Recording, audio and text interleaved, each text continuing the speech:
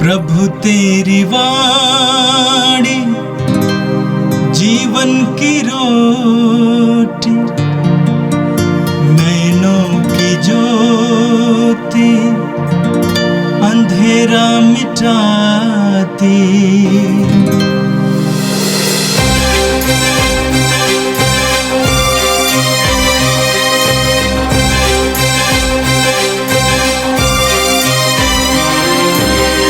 प्रभु तेरी वाणी जीवन की रोटी, नैनों की ज्योति अंधेरा मिटाती।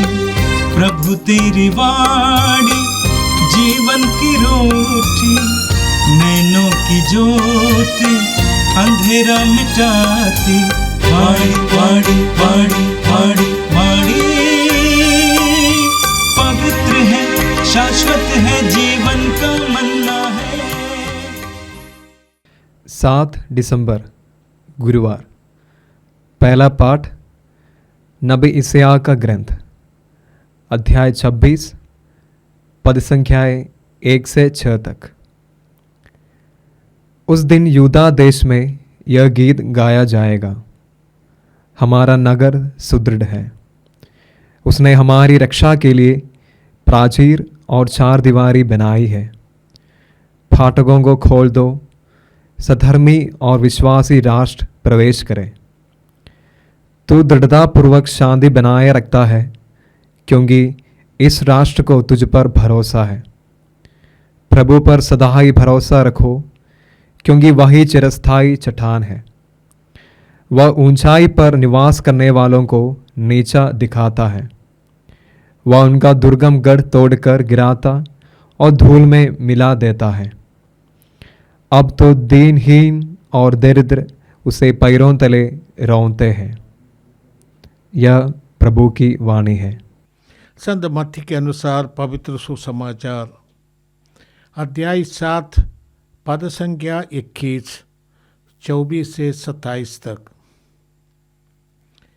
यीशु ने अपने शिष्यों से कहा, जो लोग हे प्रभु कह कर मुझे पुकारते हैं, उनमें से सब के सब स्वर्ग राज्य में प्रवेश नहीं करेंगे। जो मेरे स्वर्गीय पिता की इच्छा पूरी करता है, वही स्वर्ग राज्य में प्रवेश करेगा। जो मेरी ये बातें सुनता और उन पर चलता है, वह उस समझदार मनुष्य के सदृश है, जिसने चट्टान पर अपना घर बनवाया। पानी वर्षा, नदियों में बाढ़ आई, आंधियां चली और उस घर से टकराई, तब भी वह घर नहीं ढहा, क्योंकि उसकी नींव चट्टान पर डाली गई थी। जो मेरी ये बातें सुनता है किंतु उन पर नहीं चलता, वह उस मूर्ख के सदृश है, जिसने बालू पर अपना घर बनवाया। पानी वर्षा, नदियों में बाढ़ आई, आंधियां चली और उस घर से टकराई, वह घर ढह गया और उसका सर्वनाश हो गया। यह प्रभु का दिव्य सुसमाचार है। क्रिस्त प्रभु की जय। भाई और बहनों, आज का प्रथम पाठ हमने इस्यास नबी के ग्रंथ से सुना है। इस्यास नबी पुराने व्यवस्था में सुसमाचार है। जैसे नए व्यवस्था में हमें सुसमाचार का ग्रंथ मिलते हैं, उसी तरह पुराने व्यवस्था में इस्यास नबी का ग्रंथ सुसमाचार का ग्रंथ है। आज के पाठ में नबी हमें ये बताते हैं कि हम यीशु के आगमन की तैयारी में हैं, और आज का पाठ हमें ऐसे मुद्दे हमारे सामने रखते हैं जो आगमन काल की हमारी तैयारी के लिए उपयोगी है। हम प्रतीक्षा करते हैं, नबी कहते हैं जैसे धर्मी प्रतीक्षा करते हैं, न्याय के लिए प्रतीक्षा करते हैं, ईश्वर का मुक्तिदाता ईश्वर के नाम पर आने वाला मसीह हमें न्याय दिलाएगा, और इसलिए हम धैर्यपूर्वक न्याय की प्रतीक्षा करते हैं। जो संसार में दबे हुए हैं और अन्याय सहते हैं, वो न्याय की प्रतीक्षा करते हैं। जैसे प्रभु यीशु ने दृष्टांत सुनाया था कि एक विधवा की, लूकस के सुसमाचार अध्याय 18 में पढ़ते हैं। वो न्याय मांगते रहे न्यायाधीश से, और बार जाती थी। उसी तरह न्याय की प्रतीक्षा करने वाले लोगों के लिए आने वाला मसीह न्याय दिलाएगा। दूसरा है कि जो विश्वासी है, विश्वास में श्रद्धा और भक्ति से लगे रहे, विश्वास भरे दृढ़ मन से प्रभु की शांति की प्रतीक्षा करे। समस्याओं के बावजूद भी दिल में शांति देने वाला है ईश्वर। मुक्तिदाता यीशु हमें शांति का वादा किया था। प्रभु ने कहा, मैं तुम्हें शांति प्रदान करता हूँ, जैसे संसार की शांति जैसा नहीं है, परंतु जो शांति प्रभु देंगे वो हमें समस्याओं के बावजूद भी, उत्पीड़न के बावजूद भी, जहाँ तक खतरा के बावजूद भी दिल में शांति है और दिल विचलित नहीं होता है। जैसे शहीद लोगों ने हमें दर्शाया है, खुशी से वे प्रभु के लिए सब कुछ समर्पित कर देते हैं। आज का प्रथम पाठ जो इसियास नबी के ग्रंथ से, एक प्रकार के ये सियोन ईश्वर का नगरी, इसकी प्रशंसा है। और ऐसे ऐसे लोग जो बाबुल है, असूर है, फिलिस्तिया है, मोवाब है, दमिश्क है, इथियोपिया है, एदोम है, अरब है और तीरूस इत्यादि, जो प्रभु के जनता के विरुद्ध काम करने वाले हैं, विश्वव्यापी न्याय का दिन आएगा। पर वो ऐसे दुष्टों के से न्याय मांगेगा, उनके नगरों को धराशायी कर देगा, और जो अन्यायी राष्ट्र है उससे जवाब मांगेगा। और ये सब नबी अपने इस पाठ के पहले 13 से 23 तक में हमें समझाते हैं। प्रभु के न्याय के दिन यूदा देश में ये गीत गाया जाएगा।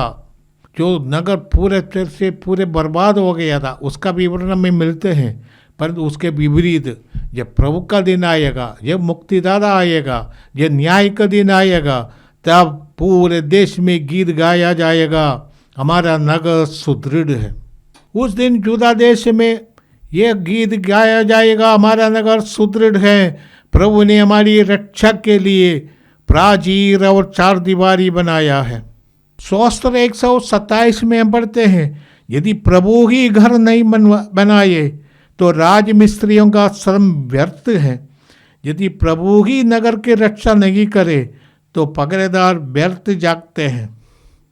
तब यह नगर की रक्षा प्रभु स्वयं करते हैं, वो सुरक्षित है।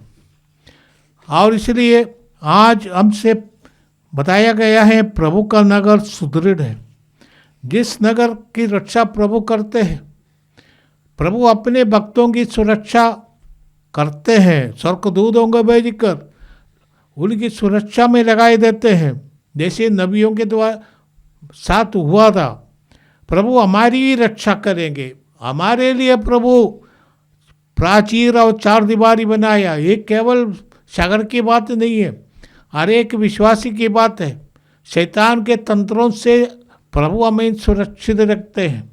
यदि हम प्रभु पर श्रद्धा रखते हैं, यदि प्रभु हमारे अंतर्गामी है, हमारे अंदर निवास करता है, इस शगर जो हमारा शरीर है उसके अंदर ईश्वर का निवास है। जैसे कुरिन्थियों के नाम पौलुस का पत्र में पौलुस लिखते हैं, आप जानते नहीं ईश्वर की आत्मा आपके अभ्यंतर में आप में निवास करते हैं, आप ईश्वर का मंदिर है। यदि ईश्वर का मंदिर है, ईश्वर हमारे अंदर निवास करते हैं, ईश्वर के आत्मा हमारे अंदर है, तो शैतान के प्रलोभनों से, बुराई की शक्तियों से प्रभु हमें सुरक्षित रखेंगे। इसलिए कहते हैं प्रभु हमें सुरक्षित देगा। अब प्रभु के नाम पर जो नगर है वो सुरक्षित रहेगा। इसलिए कहते फाटकों खोल दो, सद्धर्मी और विश्वासी राष्ट्र प्रवेश करे। जो नगर के फाटक खोल देने का अर्थ है कि आप सुरक्षित है, आप आइए। वो नगर में प्रवेश करने के लिए कौन है? सद्धर्मी, धर्म का आचरण करने वाला, विश्वासी और धर्मी लोग, सद्धर्मी और विश्वासी राष्ट्र प्रवेश करे। ये पूरे जनता के लिए खुला है, पूरे राष्ट्र के लिए, एक एक व्यक्ति के लिए नहीं है। जो सबों के लिए खुला है, जो सद्धर्मी है, जो विश्वासी है, प्रभु पर आस्था रखने वाले हैं, उनके लिए खुला है। और कहते सुदृढ़तापूर्वक शांति बनाए रखता। प्रभु इस नगर को शांति प्रदान करता है। आजकल हम जानते हैं यरूशलेम में भी लड़ाई होता है। यरूशलेम और इस्राएल और हमास के बीच इतना घोर लड़ाई हो गई, यरूशलेम में कोई शांति नहीं है। इसलिए यरूशलेम नगर के बारे में नहीं, ये तो अरे एक प्रतीकात्मक है। जितने लोग प्रभु पर श्रद्धा रखते हैं उनके दिल में प्रभु अपने शांति देता है। प्रभु यीशु ने अपने शिष्यों से कहा था, मैं अपनी शांति छोड़ जाता हूँ और शांति तुम्हें प्राप्त हो जाए। जैसे हम योहन्ना का सुसमाचार अध्याय 14 पद संख्या 27 में प्रभु कहते हैं, मैं शांति तुम्हें दे दूँगा। ये शांति हर एक व्यक्ति, हर एक विश्वास के दिल में होगा। और प्रभु पर सदा भरोसा रखो, क्योंकि वही चिरस्थायी चट्टान है, जिसके बारे में आज के सुसमाचार में हमने सुना है। प्रभु की वही चट्टान है जिस पर हम अपने को स्थापित कर सकता है। यीशु के वचन पर, यीशु का वचन ही वो चट्टान है। जो धर्मी है, जो बुद्धिमान है, वो अपना घर चट्टान पर बनाता है। और आज के पाठ से हम सुनते हैं वो चट्टान ईश्वर का वचन है। प्रभु पर सदा भरोसा रखो, अपने ऊपर नहीं, प्रभु पर भरोसा रखो। और आगे कहते हैं प्रभु पर सदा भरोसा रखो, क्योंकि वही चिरस्थायी चट्टान है। वह ऊंचाई पर निवास करने वालों को नीचे दिखाता है। ऊंचाई करते हैं घमंडी, घमंडी लोग सदा ऊपर ही रहते हैं। उनका मन, अपनी सोच सब पूरे दुनिया उनके अधीन है। इसलिए कहते हैं ऊंचाई पर निवास करने वालों को नीचे दिखाता है, नीचे गिरा देता है। जैसे इसियास नबी ने कहा है, इसियास नबी अध्याय 25 पद संख्या 12 में हम पढ़ते हैं, वो तुम्हारी चार दीवारी के ऊंचे किलों को गिरा कर मिट्टी में मिला देगा। माँ मरियम के मुख से निकला था कि उसने अपना बाहुबल प्रदर्शित किया है, उसने घमंडियों को तिधर बिधर कर दिया है, उसने शक्तिशालियों को उनके आसन से गिरा दिया और दीनों को मकान बना दिया। उसने दरिद्रों को संपन्न किया और धनियों को खाली हाथ लौटा दिया। इसलिए धर्म ग्रंथ हमसे कहते हैं सदा प्रभु पर भरोसा रखो, क्योंकि प्रभु ही चिरस्थायी चट्टान है। प्रभु पर रखने का ये उपदेश इसलिए दिया है क्योंकि प्रभु भरोसामंद है, प्रभु सत्य प्रतिज्ञ है। प्रभु की प्रतिज्ञाएं कभी निरस्त नहीं होता। प्रभु ने जो कुछ अपने नबियों के मुख से हमें बोला है वो सब प्रभु कर देंगे। प्रभु हमारे साथ रहेंगे। प्रभु हमसे चाहते हैं विश्वस्तता, प्रभु हमसे चाहते हैं फिडेलिटी, फेथफुलनेस। यही है जो प्रभु के पर वफादार रहता है, प्रभु उनको निराश नहीं छोड़ेंगे। प्रभु एक ही चिरस्थायी चट्टान है, उनका इस पर सदा मन लगाए रखो, सभी उन पर भरोसा रखो। आगे कहते हैं कि वह प्रभु ऊंचाई पर निवास करने वालों को नीचे दिखाता है, अब दीनहीन और दरिद्र उसे पैरों तले रौंद देगा। इसियास ने भी एक ही बात दोहराते, देखो पृथ्वी को उजाड़ कर उसका सर्वनाश कर रखा है। प्रभु पृथ्वी को उजाड़ कर उसका सर्वनाश कर रखा है, वह उसका तल उल्ट कर उस पर निवास करने वालों को तिधर बिधर कर देगा। याचकों की वही दशा होगी जो जनता की, जैसे स्वामी के साथ होगा वैसा दास के साथ। जैसे स्वामिनी के साथ वैसा दासी के साथ, जैसे बेचने वाले के साथ वैसा खरीदने वाले के साथ, जैसे उधार देने वाले के साथ वैसा उधार लेने वाले के साथ, जैसा साहूकर के साथ वैसा कर्जदार के साथ। ईश्वर के सामने कोई भेदभाव नहीं होता है। समस्त पृथ्वी उजड़ जाएगी, वो पूरी तरह लूट जाएगी। प्रभु ने यह निर्णय किया है, जो अधर्म को मिटा देंगे। इसलिए प्रभु पर भरोसा रखो, प्रभु तुम्हारे दुख को मिटा देंगे, तुम्हें ऊपर उठाएंगे। प्रभु जैसे घमंडियों को नीचे गिराएंगे, गरीबों को ऊपर उठाएंगे। ये ईश्वर के राज्य के आगमन का एक संदेश है। आगमन के दिन हमें ये सब बताया गया है कि हम तैयार रखें, कि हम आप प्रकार की बुराई से अलग रखें, प्रभु से जुड़े रहें, प्रभु के पवित्र वचनों पर हम अपने जीवन को आधारित करें। प्रभु का पवित्र वचन ही हमारे लिए आधारशिला है। इस बात को आज के सुसमाचार में प्रभु यीशु स्वयं हमको बताते हैं। संत मत्ती के अनुसार पवित्र सुसमाचार से आज हमने पाठ सुना है। प्रभु कहते हैं, जो लोग मुझे प्रभु प्रभु कहकर पुकारते हैं, उनमें से सब के सब स्वर्गराज में प्रवेश नहीं करेंगे। बहुत लोग प्रभु प्रभु कहते पुकारते हैं, मंदिर में आएंगे, चर्च में आएंगे, प्रभु के सामने रोएंगे, पीटेंगे, प्रभु प्रभु करेंगे, परंतु इसके बाद बाहर जाकर उसके अनुसार जीवन नहीं जीते हैं। प्रभु कहते हैं ये सब केवल बोलने से काम नहीं बनता है। इतना ही नहीं, जो आज का पाठ नहीं है, परंतु इसके आगे प्रभु कहते हैं कि उस दिन बहुत से लोग मुझसे कहेंगे, प्रभु क्या हमने आपके नाम लेकर भविष्यवाणी नहीं की? यीशु के नाम लेकर रोगियों को चंगाई देते हैं, बहुत लोग करते भी है, उनको ये आशीष भी मिला है चंगाई देने का, भविष्यवाणी करने का, और अवधूतों को निकालने का अधिकार मिला है। परंतु ये सब करने के बावजूद भी प्रभु उनसे कहेंगे, मैं तुमको जानता ही नहीं, क्योंकि तुम्हारे अंदर प्रभु निवास नहीं करते हैं। प्रभु की पवित्र वचन तुम्हारे अंदर शरीर धारण करके, जैसे माँ मरियम के अंदर पवित्र वचन शरीर धारण कर निवास किया, उसी तरह तुम्हारे अंदर ये पवित्र वचन निवास नहीं करते हैं। इसलिए प्रभु कहते हैं, मैं तुमको जानता ही नहीं, कुकर्मियों मुझसे दूर हट जाओ। प्रभु का आदेश एक ही है। प्रभु के नाम पर चिन्ह चमत्कार कर सकते हैं, बड़े बड़े कार्य कर सकते हैं, परंतु उन लोग जो प्रभु से जुड़े नहीं है, उनका दिल प्रभु से जुड़े नहीं है, जिसके दिल में प्रभु निवास नहीं करते हैं, जिनके आचरण में प्रभु का वचन प्रकट नहीं होते हैं, प्रभु के वचन के अनुसार उनका आचरण नहीं होते हैं, ऐसे लोगों को प्रभु कहते, मैं तुमको जानता ही नहीं। विधि विवरण ग्रंथ अध्याय 6 पद संख्या 4 में हम पढ़ते हैं, इस्राएल सुनो, हमारा प्रभु ईश्वर एकमात्र प्रभु है।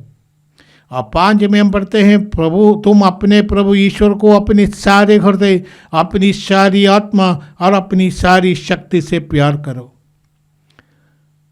प्रभु के यही इच्छा है, हम अपने प्रभु ईश्वर को अपनी सारी शक्ति, सारी बुद्धि, सारी आत्मा से प्यार करो। अब प्रभु यीशु ने कहा इसके अनुसार लेवी ग्रंथ अध्याय 19 पद संख्या 18 में, तुम अपने पड़ोसी को अपने समान प्यार करो। ईश्वर की यही इच्छा है कि हम अपने बेबगार प्रेममय बना दे। संत पौलुस अपने पत्र कुरिन्थियों के नाम अपना पहला पत्र अध्याय 12 पद संख्या 3 में कहते हैं, मैं आप लोगों को बता देता हूँ कि कोई ईश्वर की आत्मा से प्रेरित होकर ये नहीं कहता यीशु शापित हो, या कोई पवित्र आत्मा की प्रेरणा के बिना ये नहीं कह सकता यीशु ही प्रभु है। तो प्रभु प्रभु कहने के लिए हमें जो सही प्रेरणा मिलता है, यह ईश्वर की आत्मा के द्वारा। हमारे अभ्यंतर में निवास करने वाला ईश्वर की आत्मा ही हमें प्रेरणा देते हैं कि हम प्रार्थना करें।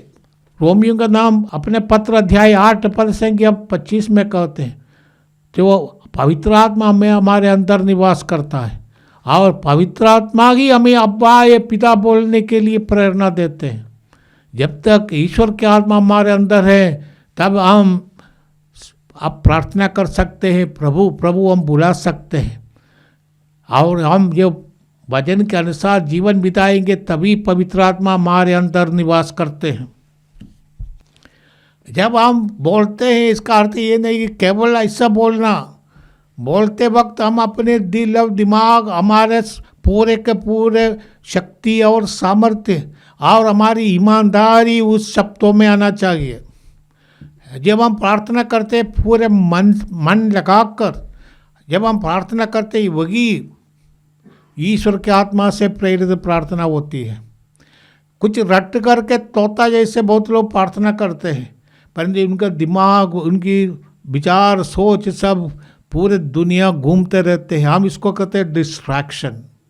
मन लगा कर नहीं प्रार्थना कर सकते हैं, उनके प्रार्थना में कोई दम नहीं होता है, वो तोता जैसे बोलते रहते हैं। इसलिए प्रभु कहते हैं तो केवल मुख से बोलने से नहीं है, हमको चाहिए अपने पूरे आत्मा, अपनी पूरी शक्ति, अपने पूरे जो सच्चाई है, ईमानदारी है, वो सब हमारे वचनों में होना चाहिए।